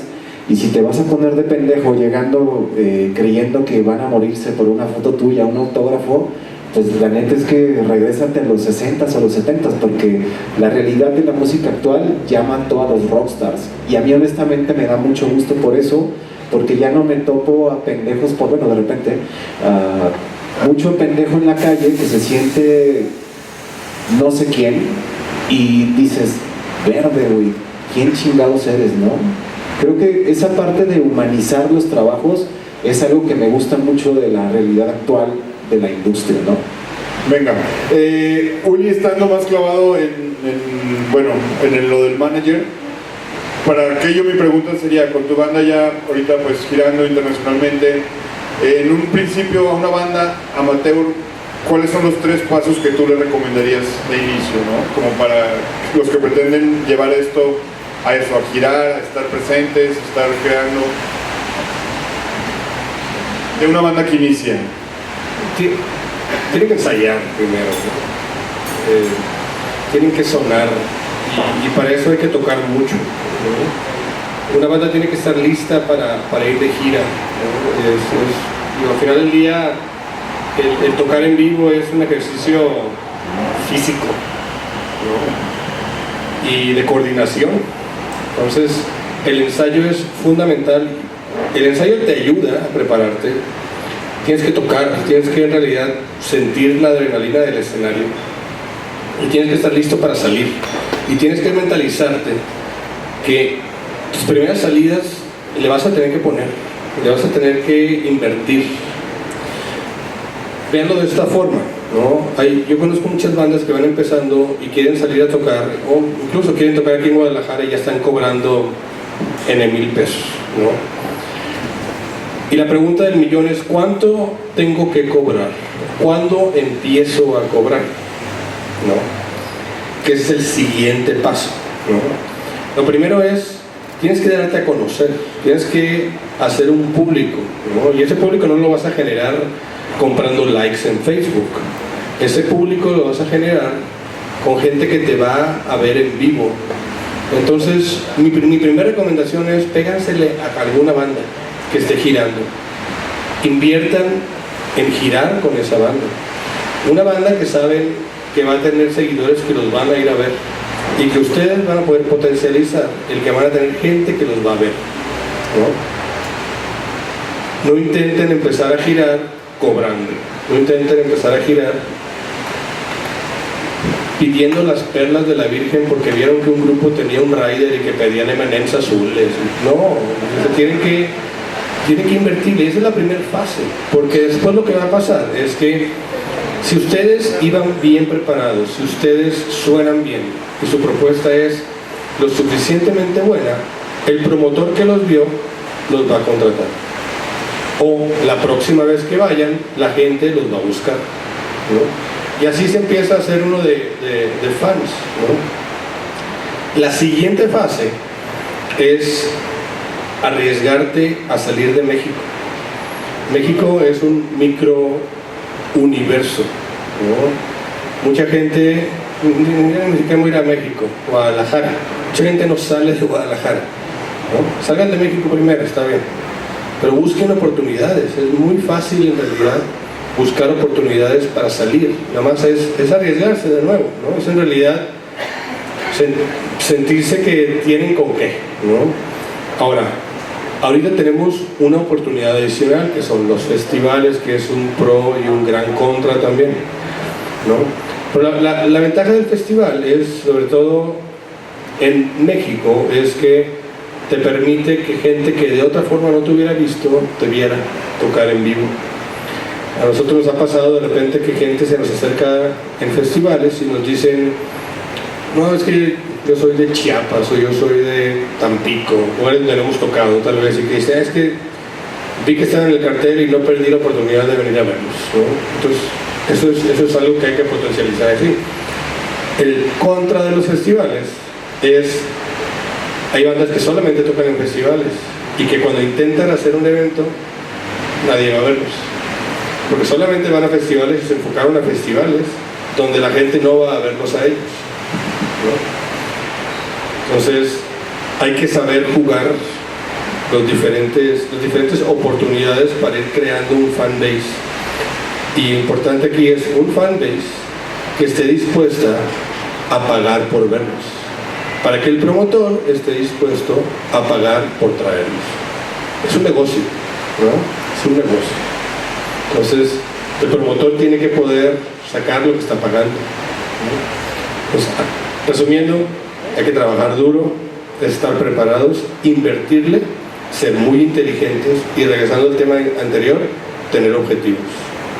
Venga, creo que te fuiste muy para allá, porque yo me decía a una banda más amateur, vamos entonces a cambiársela a Luli. Una banda, por ejemplo, que quiere empezar a figurar en Guadalajara o que va a pasar en Guadalajara. Que ya tenían la respuesta para el amor. No, no es cierto. Es que, no, dale, perdón. Eso, llega una banda nueva, tú como manager, ¿cuáles son los procesos que tiene que pasar para estar en Guadalajara y decir, ya existe esta banda? Creo que, para empezar, hay que entender cómo es este proceso de una banda escogiendo un manager en el caso personal, ¿no? Yo no trabajo con algo que no me gusta, porque sería estafar a una banda, ¿no? Y ha habido ocasiones en las que llegan bandas y me dicen, oye, quiero trabajar contigo, ¿cuánto me cobras mensualmente? Y yo pudiera hacer un pasado de lanza y hacerlo, ¿no? Pero la realidad es que eso llega al punto en donde se te regresa y te pones un quemadón, así que no está dentro de mis planes porque quiero vivir de la música toda mi vida, ¿no? Y la realidad es que funciona al revés y va mucho también a la par con el tema de la generación de públicos y con el tema de definición de conceptos, porque muchas bandas piensan que tener un manager significa ya tengo vendefechas, y eso no tiene nada que ver, porque esa figura se le llama booker, y en ocasiones hay bandas que llegan y ojo, no es crítica, ¿no? O sea, es simplemente como un reflejo de lo que a mí me ha tocado vivir. Y es que llegan bandas y dicen, oye, tengo esta banda, suena increíble, tengo un disco que estoy por sacar, ahorita nadie me conoce, pero quiero que tú seas mi manager. Y digo, ok, vamos a escuchar. Y probablemente es una gran banda, pero yo no hago clic con su música, ¿no? O puede ser un gran artista de pop, y yo digo, hermano, creo que ni siquiera te tomaste la molestia de saber con qué tipo de música trabajo yo, porque no muevo pop, y aparte el pop necesita una inversión encabronada para poder hacer algo. Entonces, va de la mano con el trabajo que menciona aquello que es, primero hay que ser atractivos para decir, existo. Y como bien lo dice también, es padrísimo tocar en festivales y estar en un escenario encabronado, pero también hay que hacer mucha calle y hay que hacer conciertos en donde vayan 3 personas y nos toque cargar nuestros amplificadores, instrumentos, porque finalmente esa es una parte de la música que se disfruta mucho, ¿sabes? O sea, el salir con tus amigos, quedar hecho mierda después del concierto porque te tocó cargar todo, a pesar de que tienes roadies y tienes un equipo de trabajo, pero finalmente ese sazoncito de pararte esa joda vale la pena, porque cuando vas escalando incluso llegas a extrañar esa joda, ¿no? En lo personal con Odín nos tocó ir a Canadá el año pasado y creo que a aquel ya le tocó esa experiencia, y en una ocasión nos tocó llegar a un lugar en donde tocamos por aferrados, o sea, porque realmente no había backline y no había nada, pero dijimos, güey, queremos que funcione, ya estamos acá, puta, sí, güey, estamos acá, el escenario está precioso, vamos a darle, ¿no? Y finalmente fue una experiencia muy linda, olvidándonos de un rockstarismo que no tenemos y olvidándonos del ego, que creo que es el peor enemigo de los artistas, ¿no? Finalmente sí jugamos un poquito con eso. No sé si ya me desvié muy. Sí, un poco sí. Yo tuve... muy para allá, perdón. Hay como esta onda de lo que decían de Guadalajara. Me queda bien claro, y espero que les quede claro, que Guadalajara es como el punto donde experimentas todo lo que va a pasar, lo que haces fuera, ¿no? Todo esto que las bandas de repente se clavan a hacer, a decir, hago un sencillo, lo promociono, y solo en Guadalajara, y solo en Guadalajara, y solo en Guadalajara, ¿cuándo se tiene que dar el paso, o cómo se da el paso, para salirte de este círculo vicioso, ¿no? De tocar en segundo piso, de tocar en estos lugares que a lo mejor las bandas es cuando se desesperan y dicen, pues cuando genero, ¿no? Ya llevo 16 años en esto. ¿Sabes? Ahorita que hablaba de cómo ha evolucionado las plataformas musicales, ahorita se da de una forma muy orgánica, ¿no? Si pones atención, ¿no? Porque el internet, Facebook particularmente, te permite hacer conexiones con bandas fuera de tu ciudad de una forma muy fácil, ¿no? Hay foros de discusión, hay foros de músicos de Jalisco, músicos de México, ¿no? O sea, ya hay hasta por género, y entonces es muy fácil que tú empieces a crear lazos con bandas de fuera y crees intercambios, ¿no? Entonces, ¿en qué momento hay que empezar a ver fuera el momento que tú ya estés listo para ver fuera, ¿no? Y el estar listo te lo va a decir tu objetivo. ¿Cuál es tu objetivo? Y si tu salir de zona de confort de, ¿sabes qué? Quiero ir a tocar Ciudad de México, busca Ciudad de México como el siguiente paso, ¿no? Te digo, es muy fácil ahorita, ¿no? Es solamente arriesgarse de nuevo. Muchachos, vamos a hacer algunas preguntas.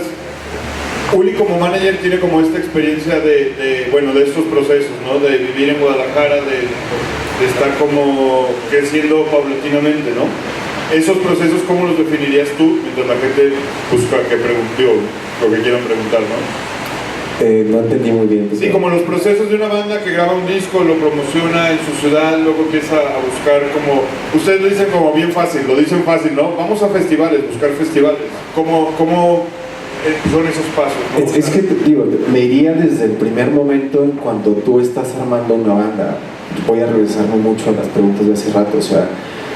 Tú no puedes tener una banda, podrás tener a tu conjunto de amigos con los que te le llevas poca madre y hacen música, pero tal cual como en cualquier decisión de la vida, ya sea como empresa o tu esposa o tu pareja, si no tienes un buen cómplice que vaya hacia donde tú vas, créeme que esa amistad se va a ir al carajo, ¿no? Y podrá sonar triste, feo, pero no siempre los proyectos o la gente con la que empezamos un proyecto es la ideal, ni con la que vamos a terminar haciendo o girando o llegando a los puntos a los que queremos llegar, ¿no? O sea, creo que eso, otra, y lo he repetido siempre, es generen acuerdos desde el principio, porque es mucho más fácil hablar de dinero cuando no lo hay que cuando lo hay, porque cuando lo hay todo el mundo se va a sentir dueño de ese dinero. Entonces, si ustedes desde un inicio establecen primero una meta, un objetivo que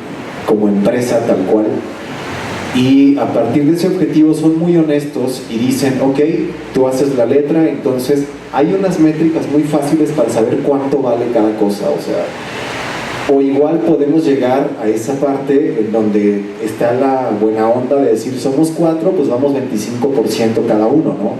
El tema es que cuando llegamos a estos puntos y vemos que uno de esos 25 es un huevón que no hace nada, comienza a haber conflictos. Entonces, dentro de esa repartición de dinero, de derechos, de lo que sea, también tiene que ir acompañada una responsabilidad, ¿no? Y eso es saber explotar el capital humano que tenemos como banda.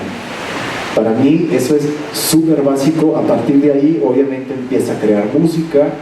Ya que creaste música, yo siempre recomiendo que se acerquen a un productor, porque ahorita también nos topamos que hay mucho home studio que pues probablemente cuando hacemos una canción la escuchamos al final y decimos, puta, estoy bien cabrón, ¿no? Pero si esa canción escuchamos un año después, dices, puta, estaba bien pendejo. Entonces se necesita precisamente la figura del productor que está totalmente fuera de nuestras bandas para decirte, no probablemente que estés pendejo, pero sí te va a decir, oye, esa canción, como que ese 10% lo podemos rescatar y vamos a trabajar sobre ese 10% porque el otro 90% no funciona muy bien, ¿no?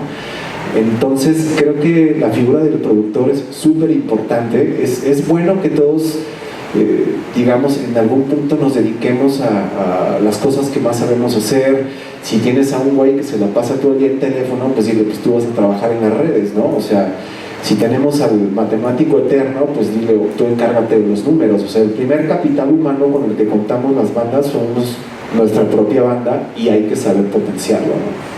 Venga, muchachos, ¿tienen preguntas por ahí? Venga. Déjame nada más cerrar esa pregunta. Lo que menciona Ulises es el tema de moda, que es la autogestión, ¿no?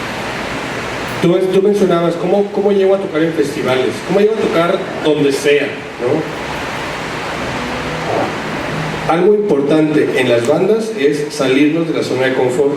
A todos nosotros como músicos, lo que más nos cuesta salir de esa zona de confort es el networking, es el acercarse a alguien y decirle, hola, mucho gusto, soy tal de tal banda, me gustaría que nos dieran una oportunidad.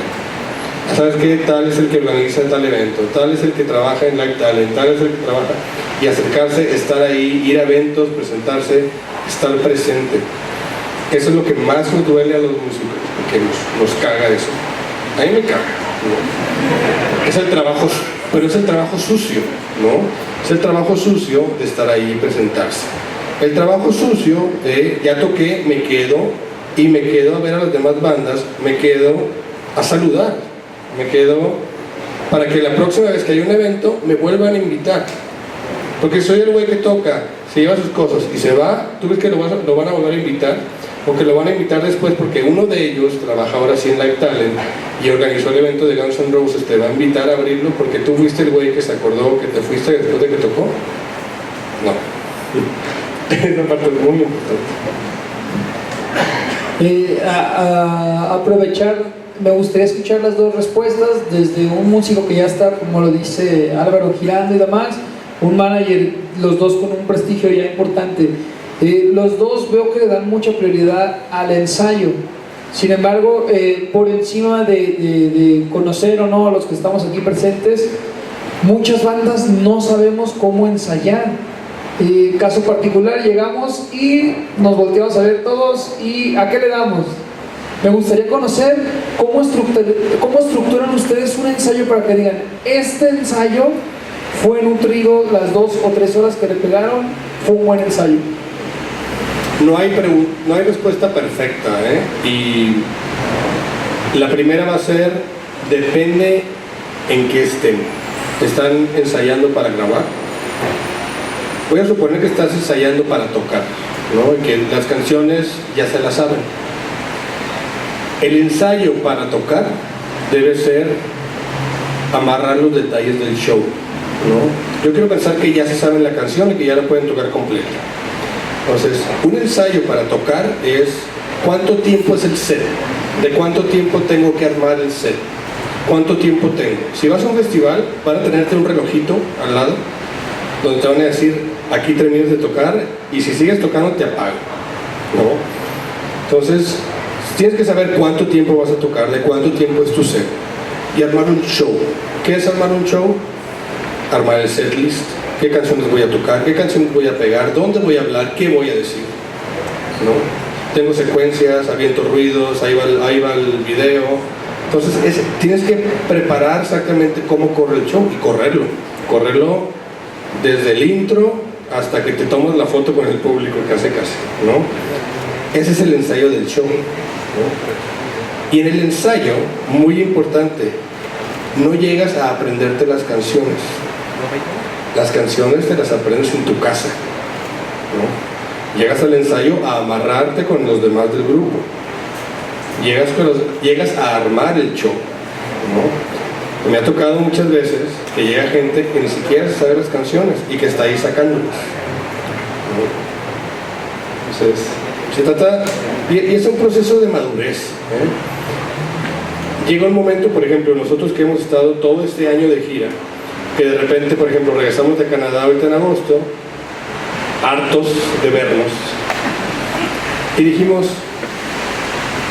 nos vemos en un mes, ¿no? Nos juntamos en un mes porque íbamos a tocar ahora en Toluca, y fue un poquito más natural el volver a armar el show, porque ya traes la cadencia. Pero aún así tienes que tener el foco de decir, ¿sabes qué? Ando bien tieso, ¿no? Porque tengo en realidad un mes sin tocar, ¿no? Y es volver a armar, ¿no? Con paciencia y con amor, ¿no? Bueno, tal cual, voy a sumar un poquito porque lo que dijo prácticamente así son. O sea, un ensayo para grabar es un punto en donde vas a ir a no perder dinero al estudio donde estás grabando, ¿no? O sea, yo me he topado con gente que incluso escribe letras en el estudio donde está grabando y dices, no mames, o sea, ¿cómo es posible? En este momento no creo que te llegue la musa lírica y conviertas la mejor canción en ese momento, ¿no? La realidad es que la presión te va a hacer cantar pendejadas, ¿no? El ensayo para un tour literal, como lo dijo Keyo, es cronometrado y procurar que todo lo que sucede en vivo durante esa gira, nada sea improvisado, aunque parezca. Realmente tú tienes que encontrar incluso para saber en qué orden vas a tocar la canción. Yo algo que les recomiendo mucho es nunca empiecen con una balada, o sea, porque esa es la manera más fácil de decirle al público, hola, somos, no nos importa, váyanse. O sea, tienes que empezar con tus 3 canciones fuertes y ejerce el efecto montaña rusa, ¿no? O sea, sí va a haber un espacio donde dices, ok, les voy a tocar la canción para que se vayan a mear, y después comienzas a subir y cierras con tu highlight, ¿no? O sea, salvo que seas Radiohead y quieras terminar con Street Spirit o con cualquier rola, pues tienes ese derecho, pero cuando apenas estamos generando estos momentums, es bien importante hacer esto. Yo simplemente digo, hay que comparar un show con una película, con una obra de teatro, y veamos cómo estos lugares o estas series o lo que sea que vemos empiezan con algo que lo que hace es abrazarte, te mantiene, llega el punto en donde dices pero después te llevan otra vez hacia arriba, ¿no? Y te quedas diciendo, no mames, ya se acabó esta madre, cabrón, y estás esperando la segunda parte. Para mí esa es la parte y la manera en la que debemos estructurar nuestros shows. No importa en la etapa en la que estemos, pero siempre hay que hacer la música y después de la música hay que generar momentums. Exacto, ¿no? Y la condición es bien importante. No se habla mucho de la salud en la música, pero a mí me pasaba mucho cuando iba de gira. Yo lo primero que les decía es, cabrones, nos quedan 15 fechas, por favor no se pongan hasta el trasero en las primeras 3, güey, porque ¿saben qué va a pasar? En las siguientes 10 fechas van a estar hechos mierda, ¿no? Finalmente, ¿qué pasaba? Pues que se hacían shows de mierda, porque salías y la gente hecha mierda y no podía cantar o ya estaba toda bofeada, y yo pues les pregunto, digo, pues es que ¿para cuántos años quieres tu carrera, no? O sea, yo por ejemplo, sin querer entrar a rollos de adicción, pero pues yo era perísimo, ¿no? Pero llegó un punto en donde dije, voy a parar con esta madre porque yo quiero una carrera larga en mi vida, y para eso no quiero parecer Ozzy Osbourne a los 45, ¿no? O sea, que esté hecho mierda. Entonces, literal, el tema salud sí es algo bien importante, ¿no? O sea, todos podrán tener los vicios que quieran y son respetables, pero es muy recomendable que antes de irse a una gira que es pesada, porque además, como somos bandas nuevas, nos vamos a parar una chinga porque vamos a dormir en lugares en donde nos va a tocar suelo, medio vamos a comer, medio vamos a dormir, y si a eso le sumas que te vas a chingar todas las cervezas que te está dando el lugar, porque es muy fácil darte cervezas, pues vas a tener una gira de mierda, ¿no? Eso es mi recomendación. Gracias, querido.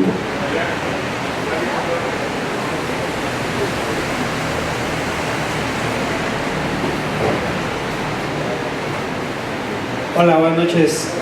La pregunta es un poco, acá me gustaría como muy creativa la respuesta en cuanto, porque quería preguntarles qué tanto uno como manager o fuera de la banda tiene que inmiscuirse a la hora de la creación artística y de la creación para darle fechas a la banda, ¿sabes? O sea, en la genuinidad de la presentación, tal vez, en el lugar, todos estos detalles, ¿qué tanto uno tiene que meterle y crear junto con ellos?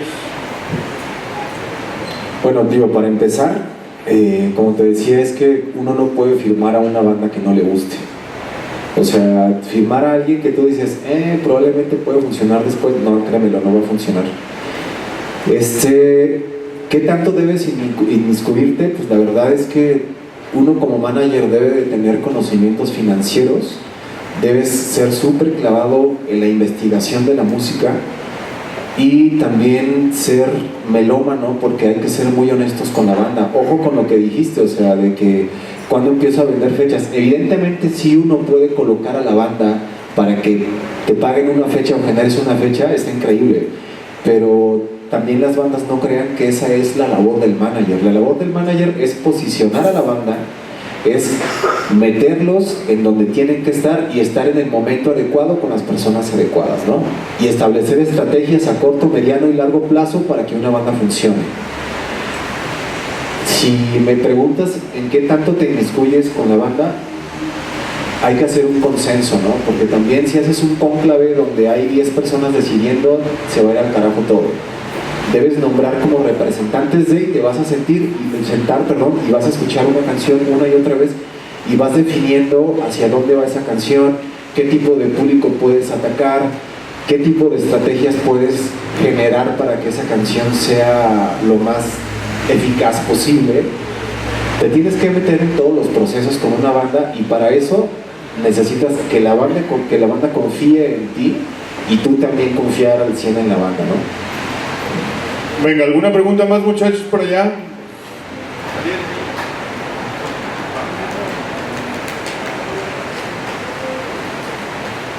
Hola, buenas noches.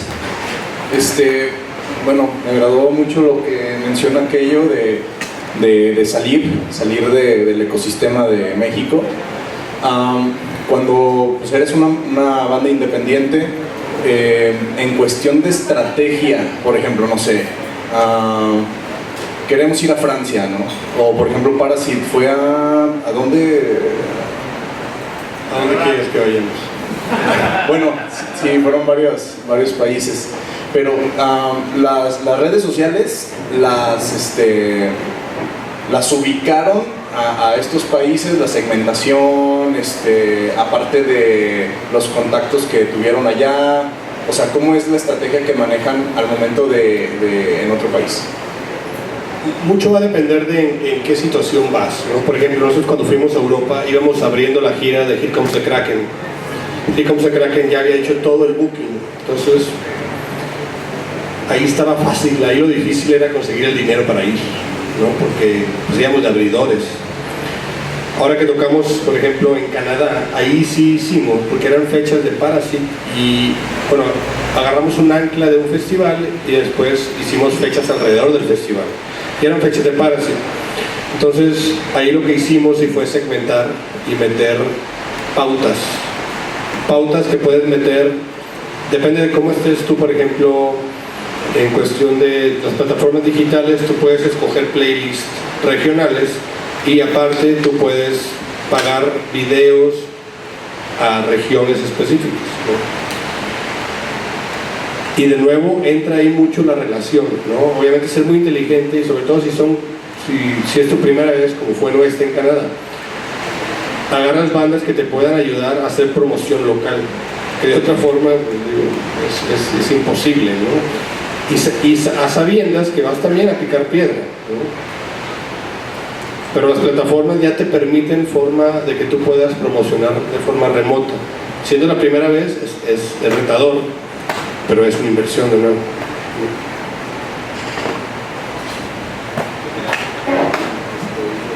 Hola, buenas noches. Oye, te quería preguntar a ti, Uli, como experiencia manager, las primeras veces que empieza a girar una banda, o sea, cuando te quieres ir tu primera gira, ya fuera de que vayas a abrirle a alguien o fuera de todo eso, ¿cuál es tu recomendación o cómo sales de tu ciudad a llegar a cerrar un show sin que nadie, bueno, no seas tan conocido, pues? O sea, ¿cuál sería tu recomendación como para decir, órale, esto es lo que sirve para llegar a un venue a ofrecer tu show?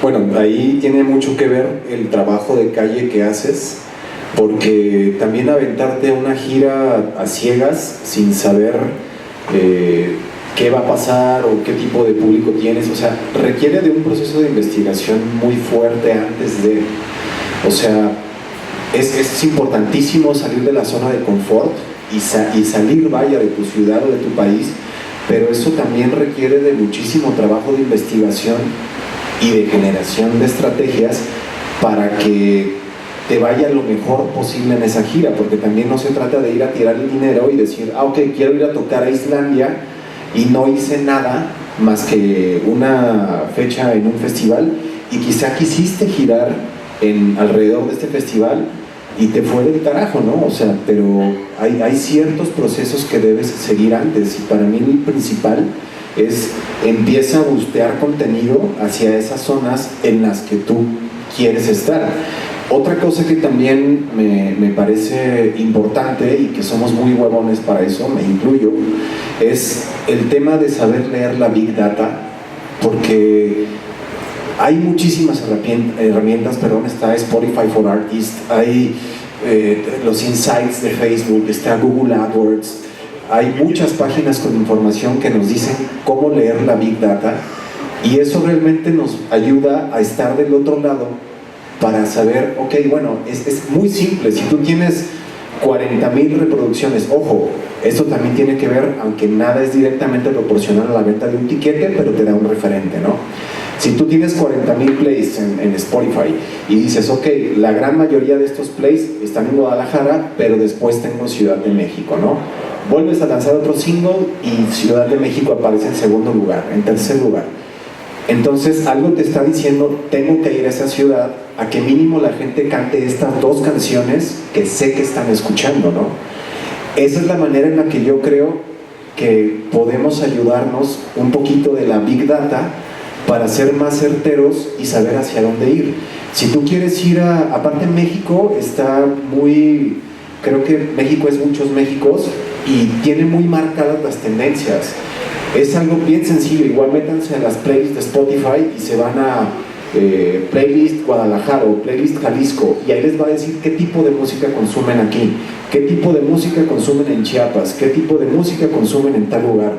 Si tu género no entra en esa música o no entra dentro de ese playlisting, pues te recomiendo que sigas trabajando en ese lugar para que sí entre, pero mientras tanto no vayas a derrochar dinero, ¿no? O sea, sí se necesita dinero, sí hay que invertir siempre, pero hay que hacerlo de la manera más inteligente posible, porque también no es sostenible que durante 5 años estemos haciendo estrategias pendejas en donde vamos a descapitalizar a un proyecto que quizá pudo haber dado para más, ¿no? Venga, bien muchachos, quiero invitar a Odín y a Alex para cerrar este curso con una foto.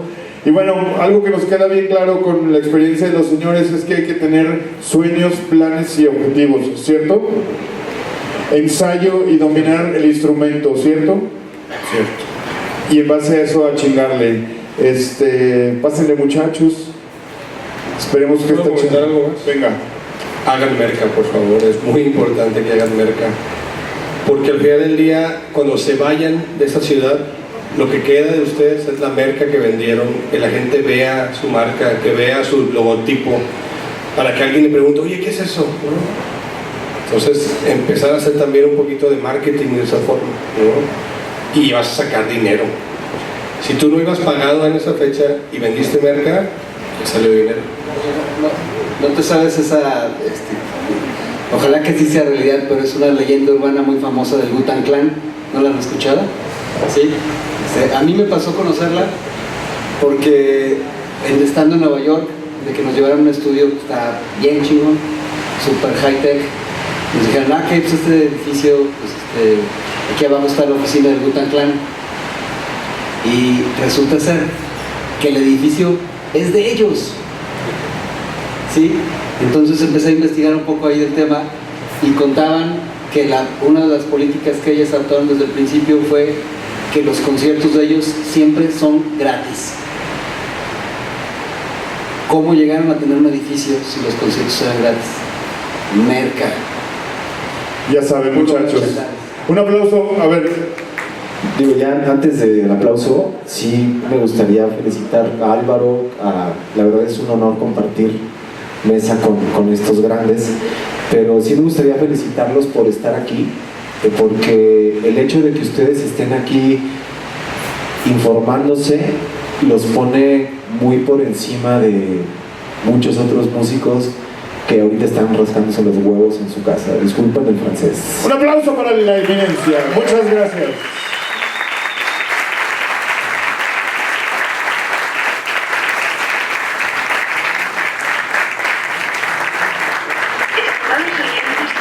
Canica Stream Radio, donde encuentras lo que Guadalajara en música genera. Canica Stream Radio, música alternativa tapatía.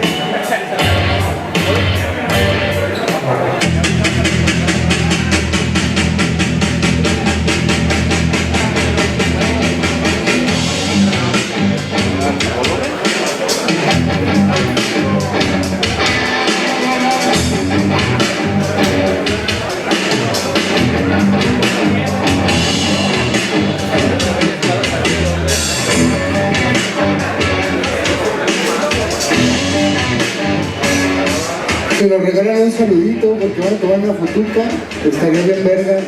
Ya saben, rock and roll acá arriba, güey, para que se vea chido.